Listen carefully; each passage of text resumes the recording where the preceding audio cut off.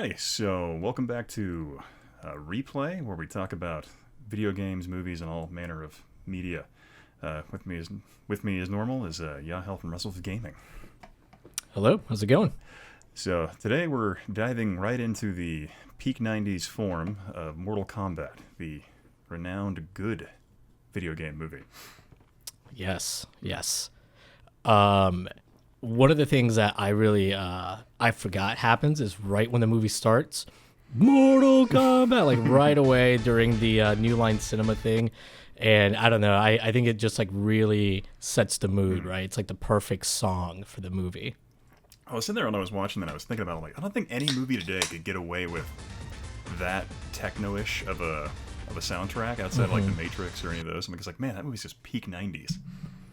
Yeah, and there's a lot of techno in it throughout, and I mean, like, I feel, and there was a time that I was into techno in the 90s, as I think, we all made bad decisions, bought Pogs, got into techno, but I don't know, man, like, it just really works in the movie, and it really shouldn't, even today, it still works. Yeah, even like the phrase like "test your might," and they just play that over and over again. I'm sitting there, I'm like, how does this work with this movie? Even like towards the end when they're like in that medieval castle and that techno is playing, I'm like, it's so odd that works. Yeah. They did it. They did it. I don't know how. What did you think about how the movie begins, though? Like after that. Oh, how it jumps into the Liu Kang's brother being killed by Shang Tsung, and it's like your soul is. He wakes up. I thought it was kind of because the film had a lot of really interesting like choices that I thought worked out really well. Like when Liu Kang wakes up, he's like coated in that solid green color. And it's just what is that about? The funny thing is they do that throughout the movie. There are certain scenes that are completely lit with one color. Like there's a scene later where like when he's looking for Reptile, chasing it through the tunnels, looking for the Outland princess lady, and like it's the entire shot is blue. And they had that. It might have been just because they were doing it with that really crappy CG model of Reptile, but like they might have been doing that to like mask it a little easier. But maybe. Although later on, like, I know we're going to talk about the CG later, so I won't dive into it too much. But yeah, you could be right. Although I do remember that there's one other scene where they bathe like the set in like reddish light. So yeah, I think you're right. I think it was definitely like a style that they were going for. And the director of this movie is Paul. I think now he goes like Paul W.S. Yeah, because Anderson. there's another Paul Anderson. That's the guy who directed Magnolia and a bunch of other really acclaimed art films. So when I was like looking it up, and I was like, wait, the same guy who no, because I was like, the guy who directed Magnolia didn't direct Mortal Kombat. but this guy did the Resident Evil. Resident Evil, and he's also doing the new Monster Hunter one. Yeah, so he's definitely like a guy that He does like stylistic, style films, So. And also he made one of my favorite horror films of all time. Oh my god, I'm drawing a blank right now. But Event Horizon. There we go. You know what? Like, I think that movie's so overrated. I don't know. I really enjoyed that film.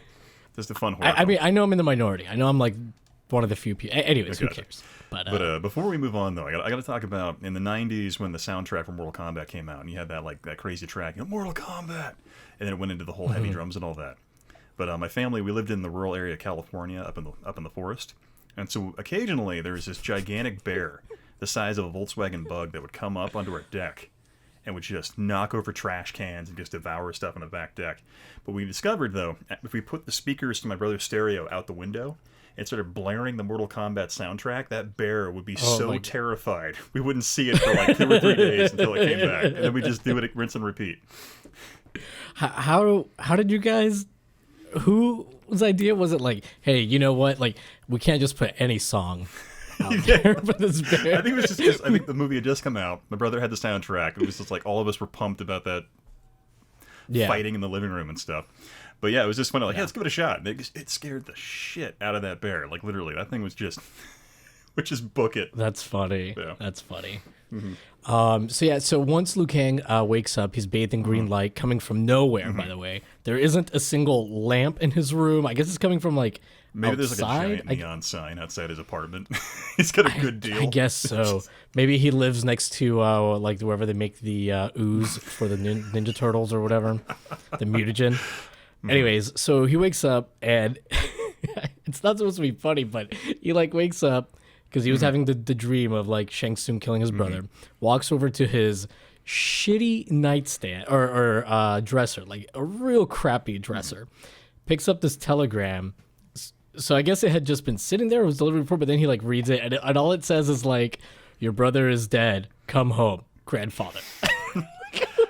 No more details. I always love that. Also has like a little Western Union stamp on the side. But I think it's kind of like we were talking this earlier as to why I think this movie works so well in comparison to where the other ones like Street Fighter failed miserably, and a lot of other video game movies like the Mario movie failed so terribly, was because this film, it chose to stick very much to that kung fu film format, like the formula where it's like, okay, ambiguous, this guy died, you don't know why, so let's start introducing these pieces to you slowly, so that way when it comes together, you're not so, well, that's weird or ridiculous. Right.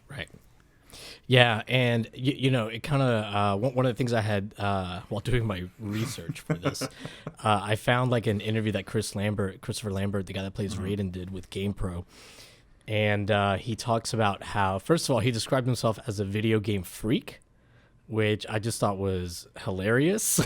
But anyways, he was like, they were like, "How familiar are you with Mortal Kombat?" He's like, "Very familiar," and then he rags on Super Mario and Street Fighter. And he says like the reason why, and I don't know if the Street Fighter movie hadn't come out yet. I thought it was a year before. I could be wrong, but so right around the same time though. Because this came out in '95, MK. So yeah, you might be right. So anyways, he says the reason why those things don't really work as movies is because they don't really have like deep stories. And he's like, Mario, oh, it's two plumbers, who cares? And you know, and like Street Fighter doesn't really have, or at least at the time, like a deep interwoven story with all the characters. And he's right, you know, like MK really, and because they stuck fairly close, so they took liberties, you know, as you have to do with a movie adaptation, but it really stuck pretty close to it. Yeah, especially when they made the focus of the film more about just the fighting, which, you know, is kind of the biggest part of Mortal Kombat, and it was kind of like where they chose to keep it encapsulated, where Street Fighter went off on this complete, I don't know, just with Raul Julius and all that, it was just absolutely hamming over the top, and there are redeeming qualities to that film, but it's overall pretty terrible to see how ridiculous it gets. Where this one, I think the ridiculousness is well encapsulated, and based on the things they do in the story to get you to the place and the situation that they need to be in, it kind of makes me like, okay, I can suspend reality to be into this. Yeah. There's some cheesy stuff that is done kind of like an homage to the game, so I can excuse it, like when Johnny Cage fights Scorpion explodes, and a picture, like the Johnny Cage like autograph picture like appears, you know, in what's left of Scorpion, you know, which is hilarious, you know, like obviously that's what happens at the end of one of his fatalities. So I thought that was pretty good. But yeah, I thought it was interesting that they make, I mean, Liu Kang is the main protagonist, but there's really three, because Sonya's also featured really heavily, as well as Johnny Cage. And I thought they actually did like a pretty good job of introducing them. Like right away you find out their motivations, you know, within a minute of the movie, you know Liu Kang's motivations, right? And then they introduce Sonya, same thing. Within a minute of her being on screen, you know that she is going for after Kano because he killed one of her partners that she works within. Who does she work for, by the way? Is it the military? Like is it the CIA? Like that, I think. Do they ever They don't really go too deep, but I thought it was Interpol. But it's kind of like, all right, just you're a cop. That's all we need to know. Some kind of paramilitary organization. Some organization that apparently walks around with giant flashlights on shotguns. And starts a gunfight in a nightclub, and nobody notices. Right, they're like literally like in there with guns shoving people, and all people are like, did they just keep dancing? She assaults like 20 people on her way through that crowd. Like she's literally hitting them, and nobody does anything. And you know the lady that plays Sonya, she's been in another movie. She was in Billy Madison, which is probably where most people know her from. And I don't know. I don't think that's a particularly good movie, but she was better in that than this. I think she's pretty bad. I don't think they gave her a lot. It was like, for her character, they gave her like, hey, you're here to track down Kano. And then they kind of ran out of ideas for her after that, because that was like the only fight she had. I mean, that's fair, but she's not very good at the fight choreography. Oh yeah, it's pretty limited. Now, to be fair, like I do know that's because originally Cameron Diaz was cast as Sonya Blade. Yeah, she got injured while training for the movie, broke her wrist, and she wasn't going to heal in time to be, be able to do all the filming and all the stuff that was going to be required. So I think the actress that got, her name is Bridget Nelson or something like that, Bridget Wilson. So they got her to do it, and she didn't have a lot of time to prepare. So I think that's part of the reason why A, she doesn't get a lot of fights, and B, when she does, they're not good. Yeah, they really cut it down. And the thing I thought was really funny that really stands out in my mind is when they introduce Sonya and then they go into Kano. And it's Kano's like doing that really hammy, I guess it's a faux Australian accent or whatever it is. And he's like, "Isn't that right? Shang Tsung." It's like it's so badly delivered. But I still love it though, because Kano's character is so ridiculous. And he's like really hammy. He seems like a kind of a fun guy outside of, you know, being... Yeah, I think the guy that played Kano was actually pretty good. I enjoyed him. But going back to Sonya's introduction, Jax is with her. And the actor they got to play Jax is brutally bad. He only has a few lines. What was the line that you... it was Sonya, no, wait, don't go. And it was like it's like he was reading a teleprompter, because like the lack of emotion in his voice was just outstanding. Right. But you just delivered it with a lot more emotion than he did. He's sort of like, "Sonya, no. Don't go. Don't get on the weird boat that looks like it's out of the 13th century. Don't do that." Yeah. But God, that was just fantastic. Sonya, don't get on that thing. Hey, Sonya. And then I did like the way that they introduced Johnny Cage. I thought that was cool, where so it seems like he's in the midst of a fight. And he's fighting all these guys and blah, blah, blah. And the last guy that he kicks doesn't fall. And he goes, "This is where you fall." And then the guy then falls, and then the director yells "cut." And it's like a Steven Spielberg lookalike, the director, which is pretty funny. So Johnny Cage is on set, and immediately you find out that, his motivation for wanting to enter the tournament is to be taken seriously as a martial artist. And Shang Tsung tricks him by morphing into, I guess, the mentor. So I had wondered about that. I was actually thinking about how, because Shang Tsung, in order to become somebody, has to have taken their soul, right? So what I was thinking was, so Johnny Cage's mentor had participated in the tournament, I think, because he didn't really introduce himself, but it seemed like he understood the martial art aspect of it. So I'd always wondered, I feel like there's something deeper there as to that character. I just thought it was neat, because I was just thinking about it. Yeah, Johnny Cage calls him his mentor, so I guess the guy taught him martial arts, whatever martial art he knows. Shang Tsung in the tournament. Yeah, but the guy's overweight and out of shape, also. So I don't know. I could see that being a fun, over-the-top hero story and wanting to prove himself, but then ultimately falling to his pride. Yeah. So yeah, it's pretty cool. Then they all end up on the boat together. Sonya was already there looking for whatever. Oh, Liu Kang. He goes to the White Temple. Is it what I'm it's not called? It's I think temples in Cambodia. I think they're quite. Is it Angkor Wat? Is that I'm thinking? Well, in the film they called it the White Temple, or the Temple of Light. The Temple of Light. I think it's Angkor Wat in reality, though. But really famous, beautiful structure. And the thing I thought was really fun about this movie was everything. Every shot they do is really well done, especially when it's in the real world and not the CG stuff they did later. The shots of those temples were just beautifully done, and then the shots later of some of the islands, because they're in the South China Sea for the most part, and it's just gorgeous. Yeah, the sets look great. The physical sets, you're talking about when they go on location, look great. Even the sets that they built, I feel look really, really good. All the interiors, when Johnny Cage, when he has that fight with Scorpion, they have all these bridges, and it looks like there's hundreds of rickety bridges behind them. I don't know how they did it. It made it look so good, because this movie had an $18 million budget, which even in 1995 money was not a ton of money. So yeah, they definitely did a lot with a little in terms of the look of the production. I was thinking, it's certainly especially for a video game movie, I think it definitely outperformed everyone's expectations. Because I remember when I was younger, because you had Mario Brothers was the first great video game movie that I remember. And it was just awful. Wait, yeah, I was confused when you said great. Well, the first great, well-funded video game. There might have been some before. I'm not being 100%. The first one, legit mainstream.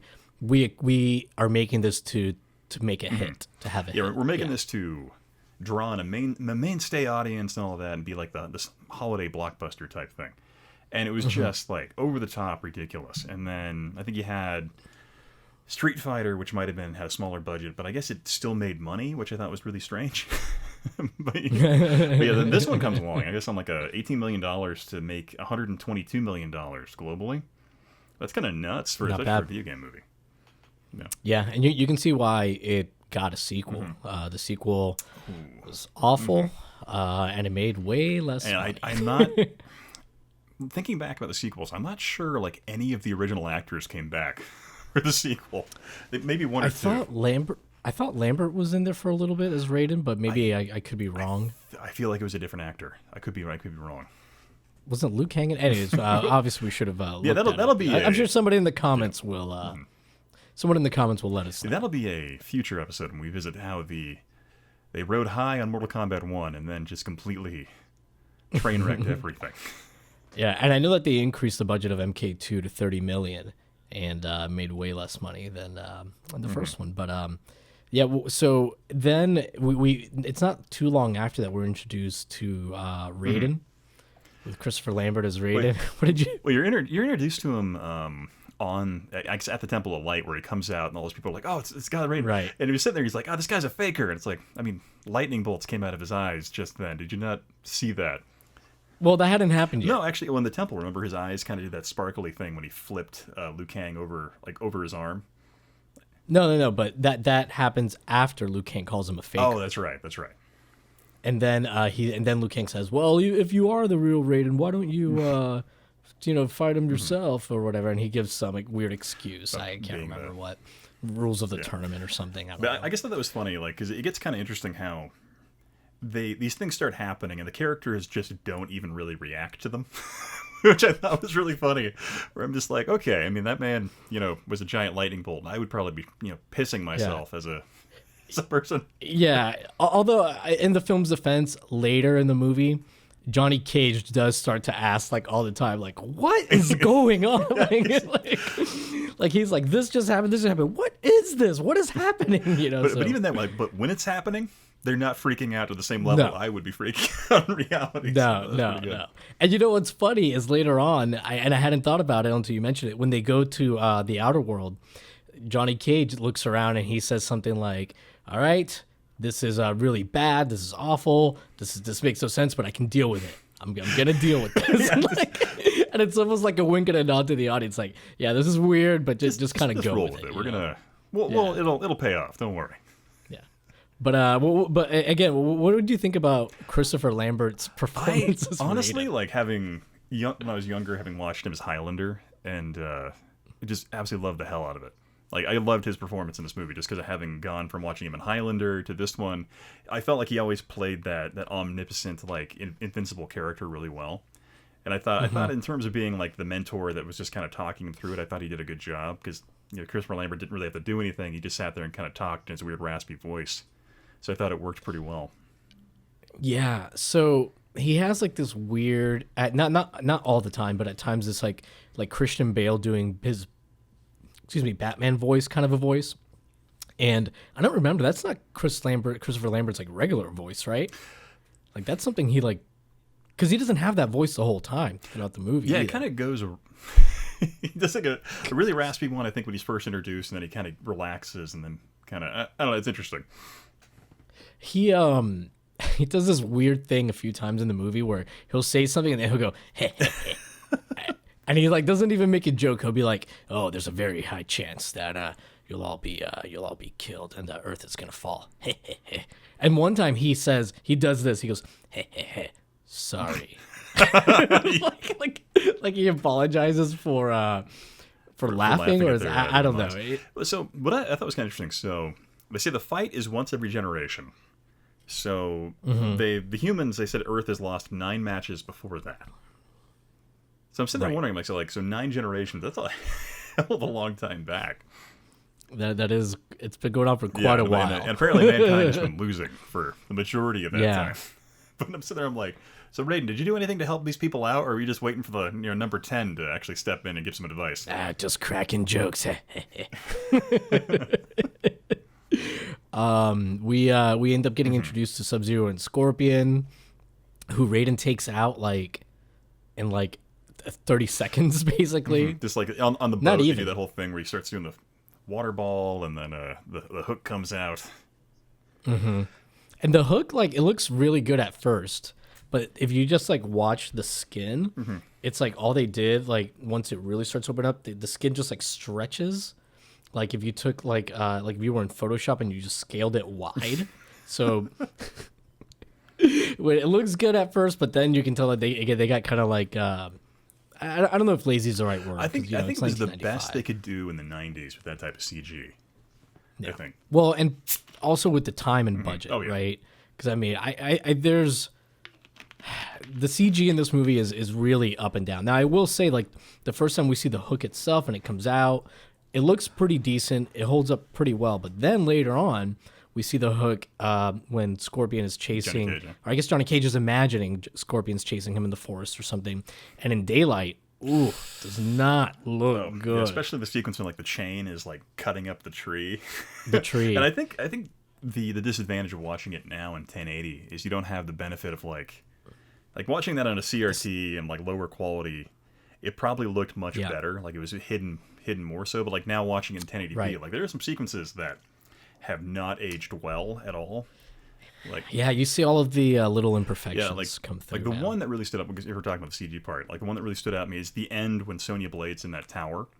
Like they do that like really fun CG movement around the tower and then go into that like stone face. But then it goes in and you see Sonya Blade tied to two pillars and it's clearly CG. And if you look at the green screen as it comes in, you can actually see like her like being semi-transparent with the background. Like they didn't even green screen her that well. I hadn't even noticed. It looked like a 3DO game when I was like, ooh. I hadn't even noticed that.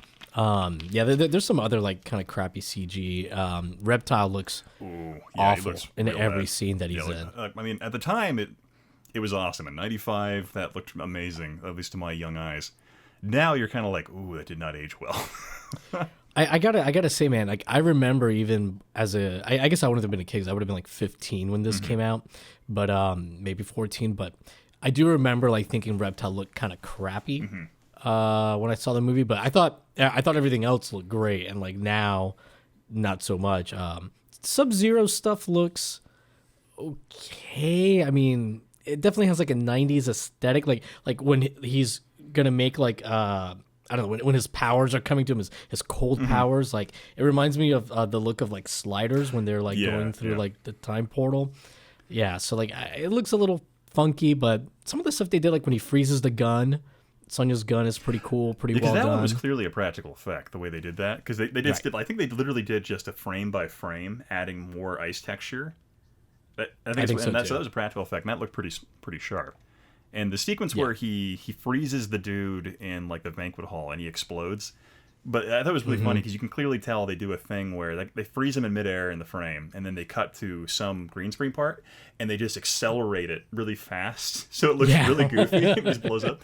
But I'm sitting there, I'm like, man, I never noticed that. I think it's just watching it now on like a high resolution TV. It's more obvious. I think it's a combination of that and because you've done like a lot of editing and effect stuff for your videos and CG stuff. Like now you're like your eyes like are more, keen to see it. But yeah, I thought it looked pretty good when that guy exploded and the way his head rolled on the ground. Yeah.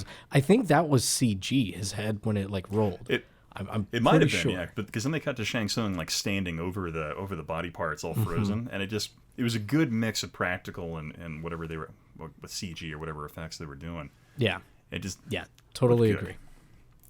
Yeah, totally agree. I do think like they made Scorpion and Shang Tsung look like two like skinny guys in like Mortal Kombat costumes, like Halloween costumes a little bit. Like I'm a little surprised because MK2 had obviously already come out because you've got like Jax and like that kind of stuff being discussed in it, and Shao Kahn at the end. So MK2 was already out. So I'm surprised they didn't do like the new outfits with like the diamond kind of shapes and the blue and yellow.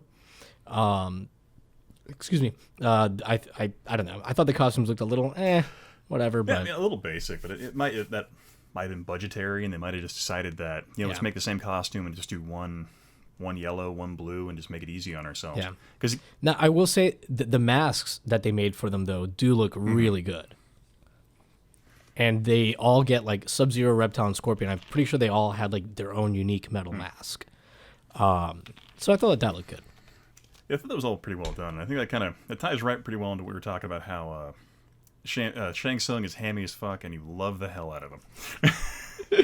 Dude, I love the guy that played Shang Tsung. I honestly think he's the best actor in the whole movie. Yeah, I think his performance in that film, I think, is just absolutely ties it together, and really, I don't know, it's great because he has a great counter back and forth with pretty much all the characters, because he plays it so serious that it really brings you into the character. Yeah. Totally agree. The guy is great. He has like some, everybody in the movie has like some questionable dialogue. You know, actually, while I was watching this, my girlfriend said she was like doing a puzzle and not watching it, but she could hear it. She said, listening to this and not watching it, it sounds awful.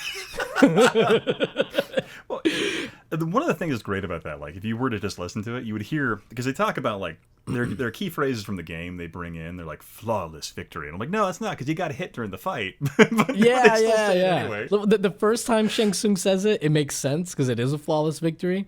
It's when Sub-Zero freezes that guy. But then, like, later on, like, he says it even though, like, the person that won got hit, like, 10 times or whatever. But, yeah, I thought it was pretty cool that they at least try to fit in the phrases. Yeah, that was one of the things I thought was pretty great. Because even, like, all the characters, I think they went out of their way to, like, put the majority of their moves into the movie. I think it was kind of a shame they didn't do Kano's weird ball flip thing, which I think was the cheesiest thing you could do at the arcade. Oh, yeah. What did you think about the quips between Sonya, Liu Kang, and Johnny Cage? Because like the first like 20 minutes or so, maybe even the first 30 minutes of the movie, like anytime they're interacting, they're just like making like little snide remarks at each other. What did you think?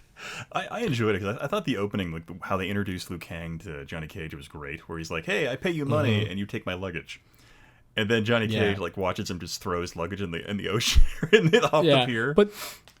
And then later on, Johnny Cage still has like 10 more bags of luggage. But what's great, I never noticed it until I watched it in the HD recently, was he trips when he's going up the stairs, and you watch a bunch of his luggage just pour down the stairs. Really? And I never noticed that before, and I'm like, that's hilarious. Because he gets to the top, and I think he has a duffel bag left of all the ones he brought. All right, I might have to go back. It's a good little sequence. It's kind of, it's a fun visual gag that I never noticed when I watched it on my CRT as a kid, ever. Like, I never noticed that all of his bags started falling down the stairs. I'll have to go back and watch that. But yeah, I liked like that they didn't quite get along, and they were all like kind of like, I don't know, like making these digs at each other, and I like that it wasn't like over the top, right? Where they like totally hated each other. They were just kind of like had some animosity. They don't trust each other. They don't trust anybody.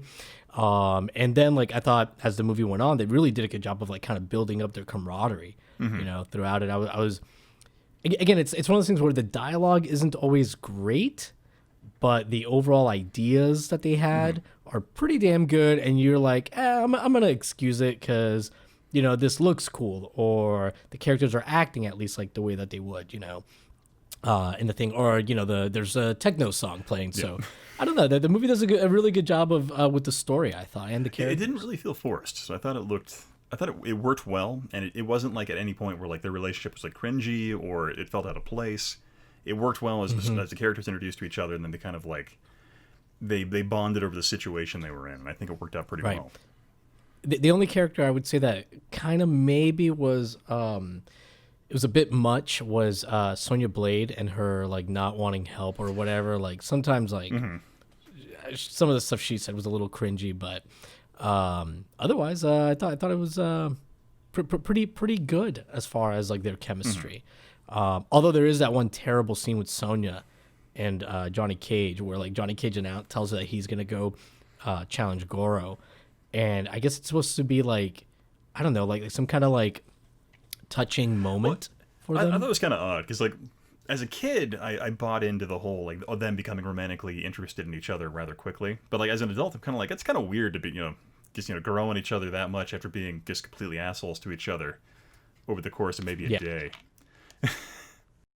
So then you kind of like you jump in the whole thing, and then he goes to fight Goro, and what I thought was kind of interesting is like you notice when they get there's a bunch of other fighters from Earth, and then there's something I never really caught until I was like really paying attention to it. But Goro murders a bunch of fighters before Johnny Cage even challenges him, because you have a bunch of guys that gets getting thrown out of the arena with him, and then you have that one poor disposable character. Art you're like, oh, is he's his gonna name. die. Art.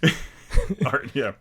The fighter from London. And I'm not even sure what like martial art or style he was. It's hard to tell when he doesn't land any offense. Yeah, when he doesn't land any hits or anything, it just gets absolutely wrecked. He and actually, if we can go back just a little bit when it comes to Goro, when he's first introduced, it's like a discussion. Well, first he's introduced we see shadows of him, right?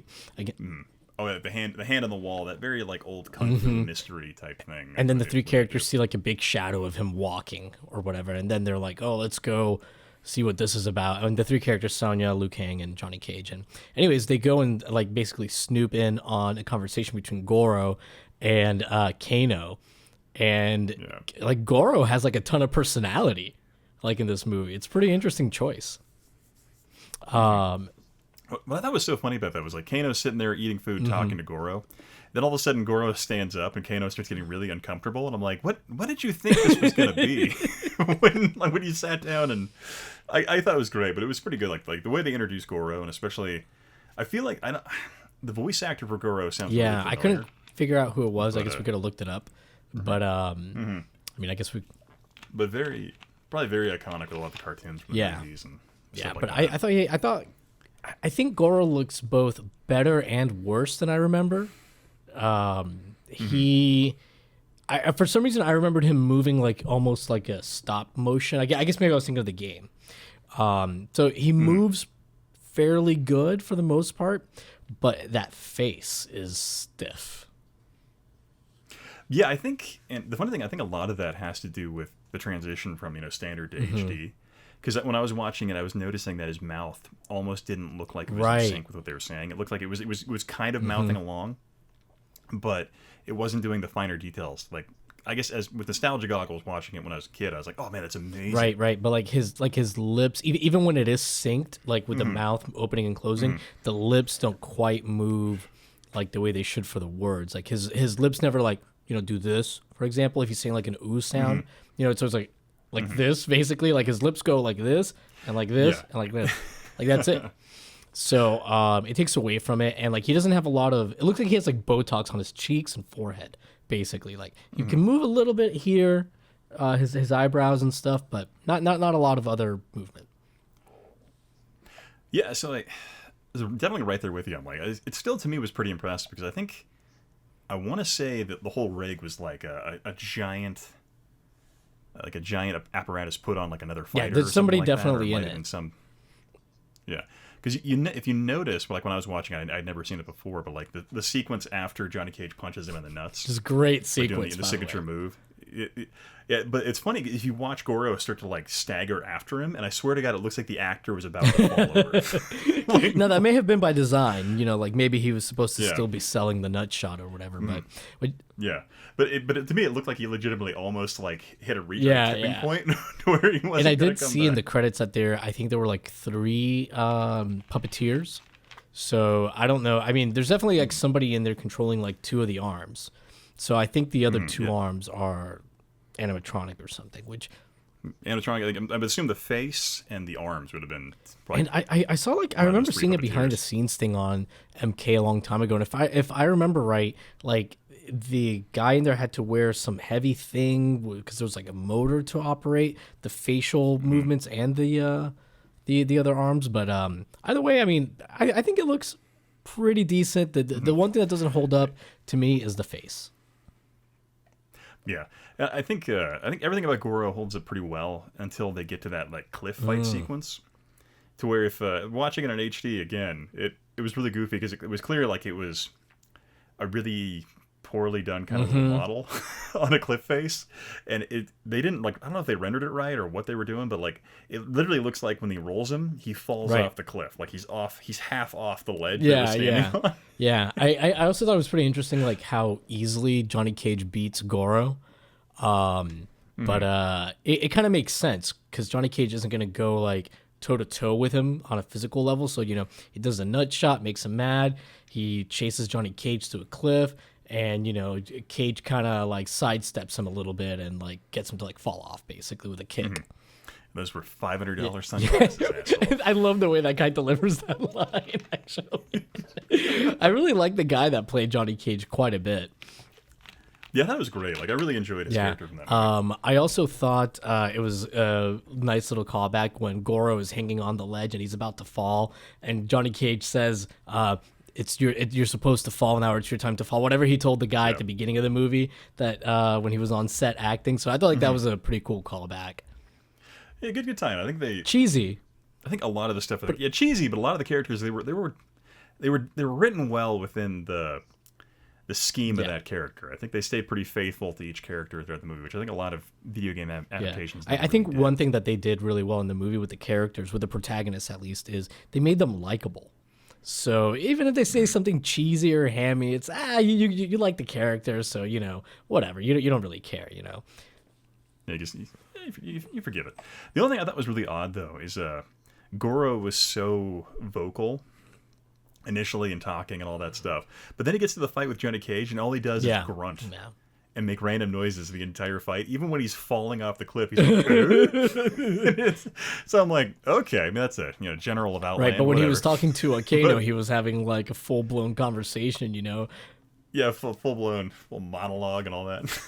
I thought his scene with Kano was pretty good, and I like that they had Shang Tsung established because Kano and Goro, it looks like they're maybe about to come to blows.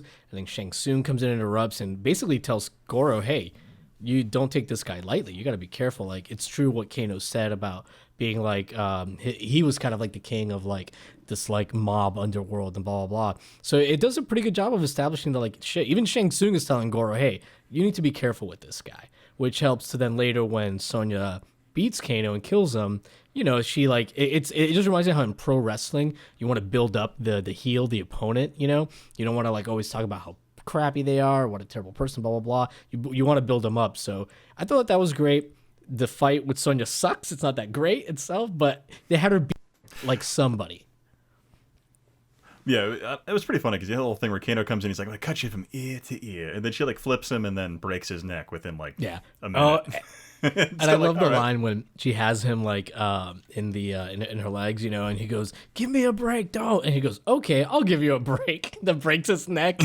So dumb. So dumb. But that kind of leads me back to there's a sequence where Liu Kang fights a guy. And it's the funny thing is it's like a really well done scene. Like they stab down their bow staffs and all that, and then like they do like a slight slow motion when the sand is kicked up, and it's like beautiful little choice in cinematography what they did there. And like none of the other fights later have that. Sure don't. And I'm like, wonder what changed between that fight and the other one. They just decided they didn't have time, but that one just looked great. And I thought it was really odd because it was such a throwaway character they had. Yeah, because that guy has like no dialogue. Yeah, no dialogue. He shows up, does a flip thing, and then there's a few times where that guy grunts and they add like a tiger growling in the mix, which is weird. Oh yeah. Another weird thing that happens is when, and I apologize for people watching. We're kind of all over the place. We're not exactly going in order, but Johnny Cage, Liu Kang, and Sonya, they end up fighting like a bunch of goons, a bunch of Shang Tsung's goons.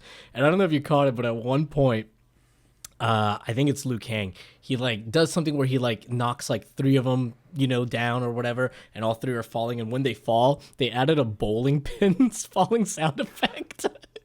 But it's like really subtle. It's really low in the mix, but it's audible. And I'm like, why are they doing this? But I don't know. But it's like fun, right? And so you're just like, whatever. This is like, you go with it, I think that's the one thing you can tell with this movie. Like, you look at a lot of the people involved, it doesn't look like anyone's not having a good time, like, when making the movie. Like, especially with, like, a lot of the random, like, extras and the people, especially in the Goro fight, you had just random extras just all hyped and just crazy happy to be there. And you had these 2 dudes that I look knew at each you were other going and to be talk all about hyped for they look some almost reason. like they're twins. Yeah, almost like they're twins, but they're way too they're excited gassed to be the there. gills, like they're so roided up, but they're just like, yeah, Goro. And I turned on the subtitles, and they're almost always those 2 guys are almost always saying Goro, yeah, to each other. Yeah, I think it's exactly what they're saying. Is Goro, Which is I don't know, just hilarious to me. But yeah, all the extras like seem to be like having a really good time hamming it up. The rules for the tournament seem to be, I don't know, a little convenient to the plot. Whatever the plot needs are the rules. Yeah, I mean, they don't, I thought it was a smart choice that at no point did they tell anybody the rules. They're just like, you don't have to fight him if you don't accept the fight. It's just Yeah, so whatever, could man. literally like a tournament never end if everybody just doesn't accept? Well, I think it was like, God, what was it? Like, if you don't accept this fight, it's forfeit, and it's Shang Tsung. I'm like, so was Shang Tsung the last fighter from Outland or something like that, and that's why he had to take the challenge from Liu Kang at the end? No. Well, wait, are you talking about that- when Shang Tsung is talking to Sonya Blade? Well, because remember, you have that thing, he's like, I challenge Sonya Blade, and she doesn't accept it. But then you have Johnny Cage, and he challenges Johnny Cage, and Johnny Cage is like, nah. And Luke Cage is like, I challenge you. But then Shang Tsung accepts it. No. I'm like, So Shang Tsung challenges Johnny Cage, but Liu Kang says, no, you're not going to fight him. You're going to fight me. And then Shang Tsung accepts it. Yeah, I guess I thought that was interesting. I mean, so does Shang Tsung not have that same privilege of denying challenges? Or can you pick up a challenge? I guess because Shang Tsung wants to win the tournament because it would be the 10th victory, and then they can take over the Earth realm. So Shang Tsung is going to accept any fight basically. Is how I took it. I guess he could say no, but I guess the main confusion for me is that it doesn't seem like they establish the rules of how you win the tournament, because it's like, okay, so if Shang Tsung fought Sonya Blade and she lost, would he win the tournament? Or do you have to go through all the fighters that are there? That's a great question, because Shang Tsung, it's kind of implied, right, that if he beats her, he would get he would win the tournament, because he tells her he's lying, but he tells her, oh, if you forfeit, then we win the tournament. So that implies that if he beat her, he would also win the tournament. So I wonder how the winner bracket on this I don't works. know. They never show us like a bracket, which is both really smart, like you said, but also kind of infuriating.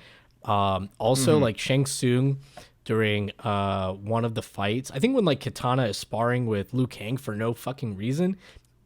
Yeah, that one I'm like, so is this a real fight here? Yeah, because she's not even in the tournament, but she walks up to him like he's in the stand. Shang Tsung is there watching the tournament as if though it's one of the regular fights. Shang Tsung says begin, as if though it's like a sanctioned Shang Tsung fight or whatever. And then they fight, but they're like more like sparring. They're not really like trying to take each other out per se. And she's like giving him tips on what to do next. Remember how to beat Sub-Zero. You need the element that gives like life. why not just say water? like you need water. Yeah. But and then Shang Tsung starts to get mad that she's like helping him, and I use helping him like very generously here because again it's like riddles, but then he ends the fight. He says like enough. So I'm like, what was that? But even then though, like it's like Raiden who, and it's not like her advice really gave him the information he needed to win the fight. It was like Raiden left the bucket of water there, and he noticed that the ice power had trouble getting past the pool of water. Oh, So that's it felt right. like- I feel Raiden like- left the bucket. I hadn't even picked up on that. So what we're talking about is Liu Kang during a tournament fight apparently fights Sub-Zero. And Sub-Zero's like winning, he's using his powers, and then Kitana comes out again, like out of some corner. She said like she's standing like above like this, and then you hear the line again, like, Right. After over, he's like, it's like okay, we didn't, I'm sure we all remember. And then he this from sees, minute like the before. bucket, and he like throws the bucket at Sub-Zero, who's in the midst of creating this big ice thing, I guess. Like there's all this blue orb around him. And he throws the bucket, water comes out of it, it freezes when it goes through the big blue power, whatever, turns into a giant shard of ice, stabs him. And then I thought the effect on Sub-Zero, like turning like all frozen, was pretty well done too. Yeah, that looked pretty good. Let's see here. Yeah, I thought like the whole film, I thought like it rolled along pretty well, and I enjoyed the fact that they introduced Reptile. And then when they get to Outworld and all that, when they're going to try and rescue Sonya, and I enjoyed how they introduced that character, and they did more just like homages to the game during that fight, because that's when they introduced like the bicycle kick, and they even have it say like Reptile, like when he enters the fight and he gets inside the body. And I just thought that was fun. Like they were very. I think this was probably one of the few video game movies that I thought was just very, very kind of They embraced that they're a video they game would pull movie. they would yeah they embraced that they're a video game and they would pull from the source material at times. Whereas a lot of other films, like, oh, I don't know, Mario Brothers, they're just like, we're gonna make up like our own thing, Another thing that I thought was cool and kind of like again leaning into being a video game movie was Ed Boon did the voice of Scorpion in the movie. Ed Boon is one of the creators of Mortal Kombat. And the guy that does the "get over here." So Scorpion only has 2 lines in the movies: "Get over here," and when he's fighting Johnny Cage and Johnny Cage goes up high on a bridge, he says, "Get down here." So it's like a variation of it, which I thought was pretty funny. But so I thought that was really cool. One of the worst special effects in the movie to me is anytime Raiden does anything. Oh, God. Teleport looks like shit, and it has like orange in it for some reason. And the electricity power teleporting thing everything looked bad. That might have been a free effect in the 90s that a lot of movie studios have, because I feel like I've seen that cheap electrical effect before. But again, I think also it comes from like at the time I think it looked good, but now we're like looking back at it going, oh man, that doesn't look very good at all. Yeah, did not look good. Now they don't use it very often, thankfully, so I mean that's pretty good. Speaking of Raiden, he tells them to I'm sorry, going back to the rules of the tournament. So I'm very confused about who runs this tournament, because Shang Tsung calls it his tournament at one point, but they also say that he's a former champion of the tournament, and that's why he can inject himself into it and challenge anybody at any time. Well, so they established that, like, so the Emperor Shao Kahn is from some other dimension, and he invaded Outworld after they had lost 10 fights or whatever. So I'm like, so I guess Shang Tsung was one of maybe the Emperor's fighters from that tournament at one point. And I feel like there's probably a lot deeper stuff here, and I think if we dug into like Mortal Kombat lore, basically, if we had done any research, any research, but I mean, like, if you're just sitting down watching the movie for the first time, I feel like these are reasonable questions to ask. 'Cause I don't recall the arcade game really explaining too much beyond kind of like the gist that there's a tournament, people have to fight, and I feel like some of that other stuff was maybe introduced later in maybe the Genesis and Super Nintendo titles, where they were allowed to put more stuff. Well, I mean, MK2 I do remember expanded quite a bit on like the story and the lore, and obviously like they're using some stuff from MK2 here, because the end of the film, Shao Kahn comes out, and that's how it ends. But so yeah, I don't know. I just think like it's one of those things where like if you're gonna call it Shang Tsung's tournament, you kind of need to explain that. Like, I don't know. I just thought it was a little weird. It's a small nitpick, though, in the grand scheme of things.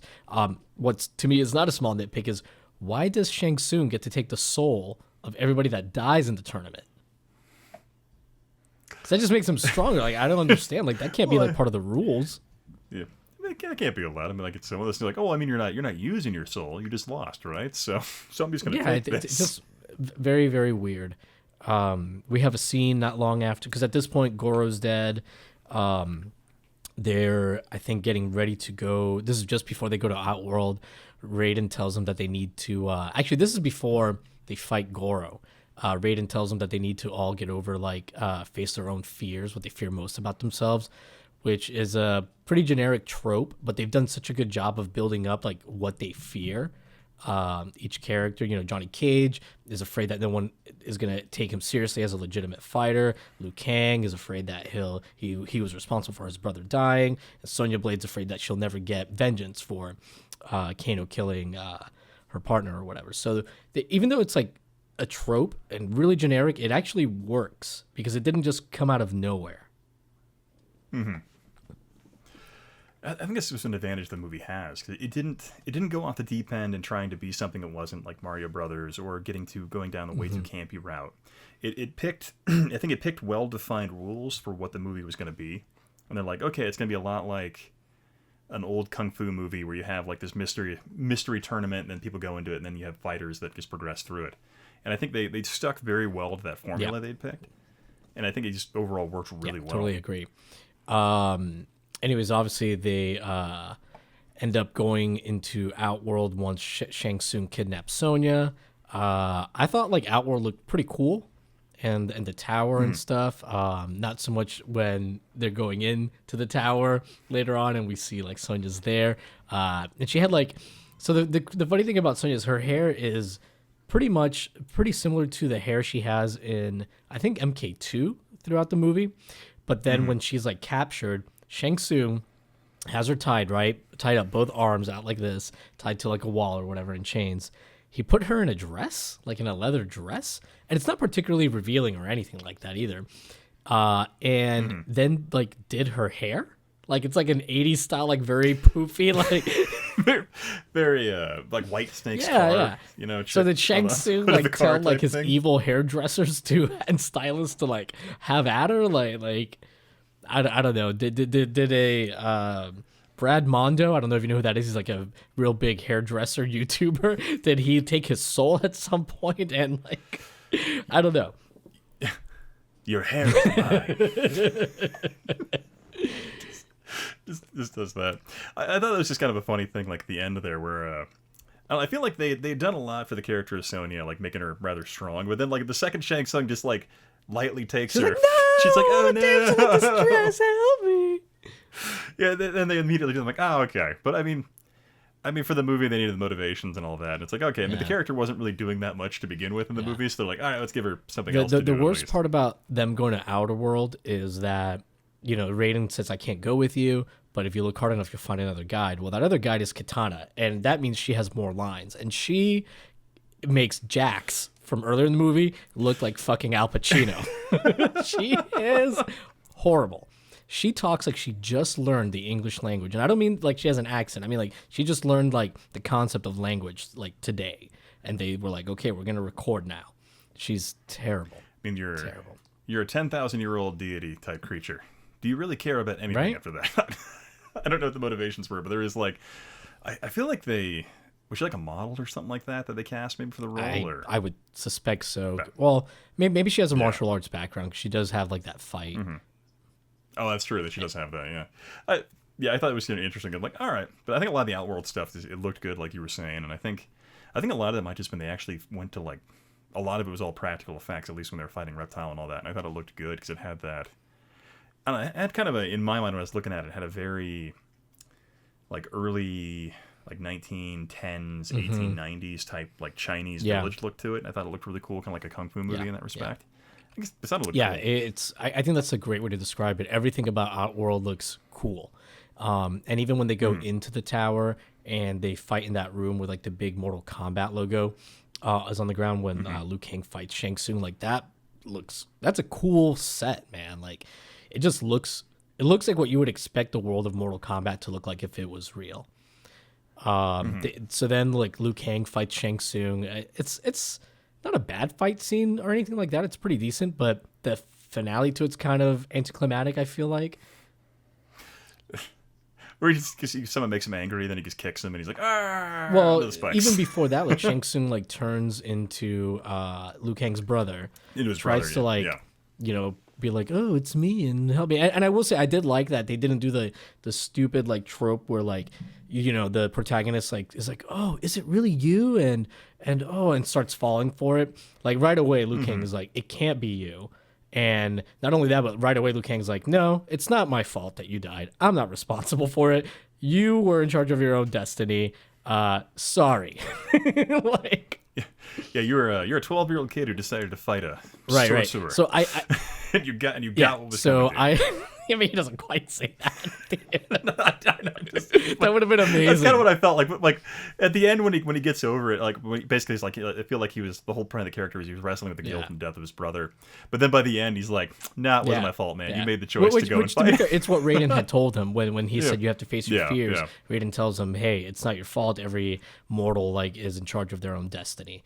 So I thought like that was actually good that they didn't do like the typical thing, and then that's what like throws Shang Tsung off, like, and starts making this like Shang Tsung like is off balance, and he like the souls start escaping and all that stuff. So I thought that was fine, but it's just like after that you would think like now they're gonna have like some big climatic, like kind of like what they did at the beginning of the fight. You think like now they're gonna have that where they do all the hand-to-hand combat, but nah, he just kind of like there's a couple back and forth things, kicks him, falls into spikes. The effect though when Shang Tsung like body like turns into like that old decrepit rotting corpse is awesome. Oh yeah, the skeleton. Yeah, that looks great. And actually, anytime Shang Tsung, it doesn't happen a lot, but whenever he morphs into somebody, is really well done. Like, it looks really, really good. Especially the very first time we see him morphing, which is when he goes from Johnny Cage's mentor into Shang Tsung, and it's a walking shot, and the camera's moving. And it's, like, blended so well, especially for 1995. So I thought, like, that was pretty impressive. Yeah, I think a lot of the stuff they did in the movie, like, worked really well. I mean, I guess there's some stuff they did that just didn't age well, but I think for the time it looked pretty good. Like, there's a lot of stuff I didn't notice, like when we were talking earlier about the CG pan around the tower and then going into it. And it's clear they rebuilt that room in CG, but they did it like the best they could with what they had available. And when I was younger, I never even noticed it. Like, now I'm like, oh, I totally see that. That's just, CG now. Anyways, so you want to go ahead and... Yeah, so I think you and me were talking. We feel like the best actor of the film is Shang Tsung. Full-heartedly, that guy sells it. Yeah. He really, in my mind, personifies the character. Like, whenever I think about like the Mortal Kombat franchise, he's kind of like the person I think of when I immediately go to it. Even decades later after this film came out, even if they were other characters they would show, and I'm like, that's not who it should be. Like in other games, you know. Yeah, I agree. He's definitely the best actor in the movie. He has like some of like what really should be like the worst lines, right? But he like just delivers them with so much like gusto and like conviction, and it's really impressive. And you can tell like English isn't his first language. Not that he doesn't have like a very heavy accent. He's certainly not difficult to understand, but I just think like that makes it all the more impressive, But yeah, I thought his performance was great. Christopher Lambert, I can't tell if he was like trying too hard or just fucking around. Like, I don't know. I like his performance. I don't know if I'd say it's good. I think it's kind of funny. I kind of forget I don't know why I forget Christopher Lambert's in this movie, but I always remember Shang Tsung, and I feel like he really stole the show in terms of like how good of a job he did. And well, Lambert doesn't have a lot of lines. He's not in a lot of scenes. Yeah, and I don't know, it's kind of fun because I know later in the franchise, Raiden like gives up his immortality to join the tournament and stuff, and that's something they do in the movie. Like the later horrible movies that are kind of a weird fever dream to me at this point. You just sit down and rewatch them, but they're just real bad. I did find an article that said that like this is from 2016 when I guess they were looking into doing another Mortal Kombat movie and Lambert was in talks to be in it. But the movie never happened. Okay, I know they apparently just greenlit doing a new movie like next year, I think. I know they're in talks to get it rebooted apparently, because the franchise they had that one thing back in like 2012, where like a series of like short vignette movies. Yeah. The web they were pretty series. fun. Kind of 7 and 9 was in that as Sonya Blade. Yeah, that's pretty interesting that they're doing another movie. I don't know. I could see it going either way. As far as like the quality of it. But what did you think about the other actors, the main actors in the movie? Honestly, I thought everyone did a pretty good job. I think they were all relatively well cast, except for Sonya Blade. But I think it was just.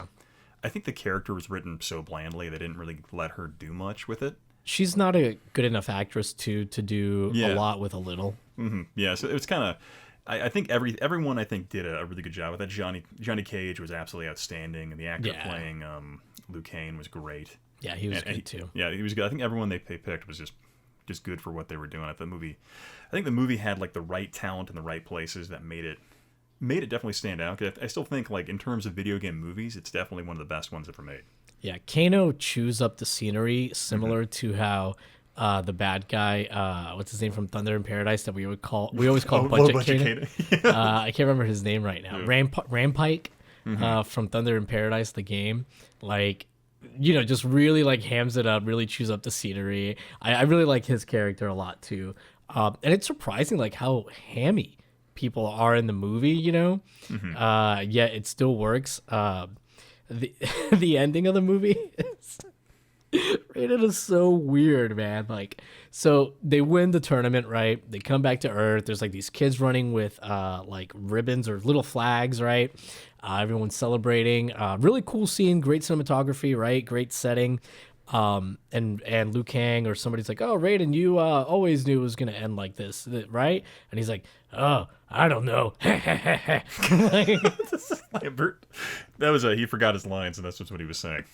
Just so weird. And then like he like puts his arm around Liu Kang, Sonya, and Johnny Cage and says, "Oh, something like you humans are like so so unpredictable." Like starts laughing, and it just reminds me of Ryuk from Death Note talking about humans.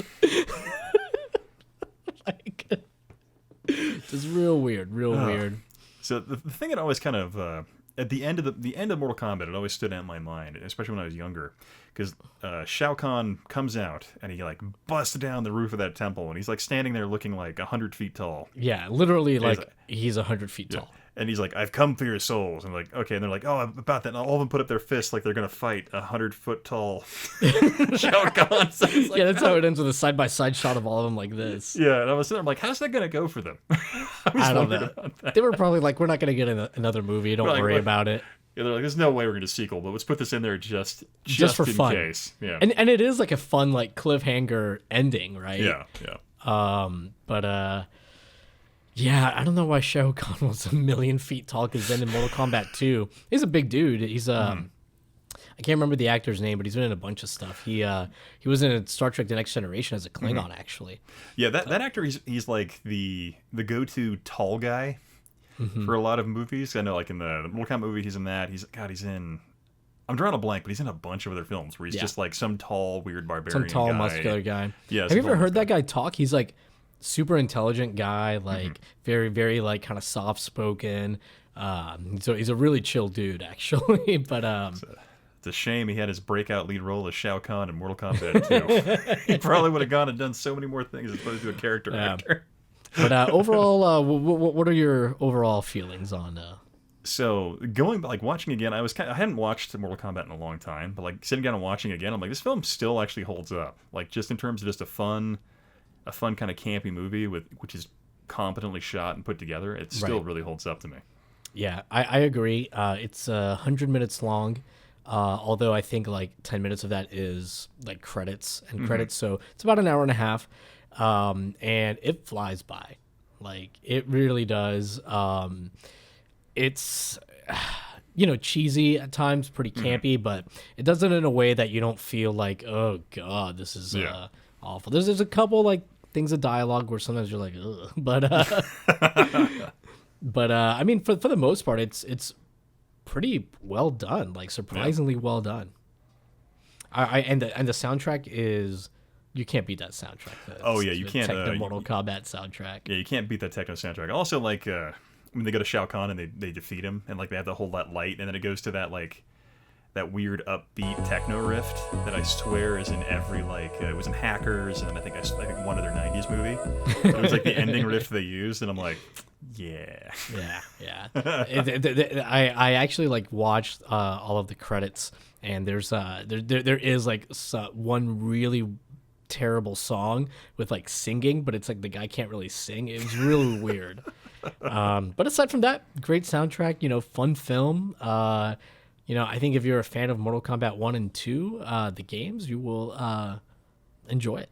Yeah, I think you'll definitely have fun, especially if you haven't seen it. Go back, watch it. It's worth the time. The only thing that I can remember as a kid kind of being disappointed about was that Scorpion and Sub-Zero kind of felt like almost like throwaway characters. Yeah. They don't really get any lines. They don't really get any kind of backstory. I think they do in 2, if I remember right, but like they get brought back, if I remember. But so that was a big disappointment, especially because Scorpion was my favorite character as a kid. But really, outside of that, I think they made the right choice by concentrating on just a few of the fighters, and having their stories like interwoven. I thought they did a great job. Yeah. And I think we can probably just end it here. But yeah, definitely worth going back and checking out. Thanks for watching Replay. Yeah, thanks a lot. Bye.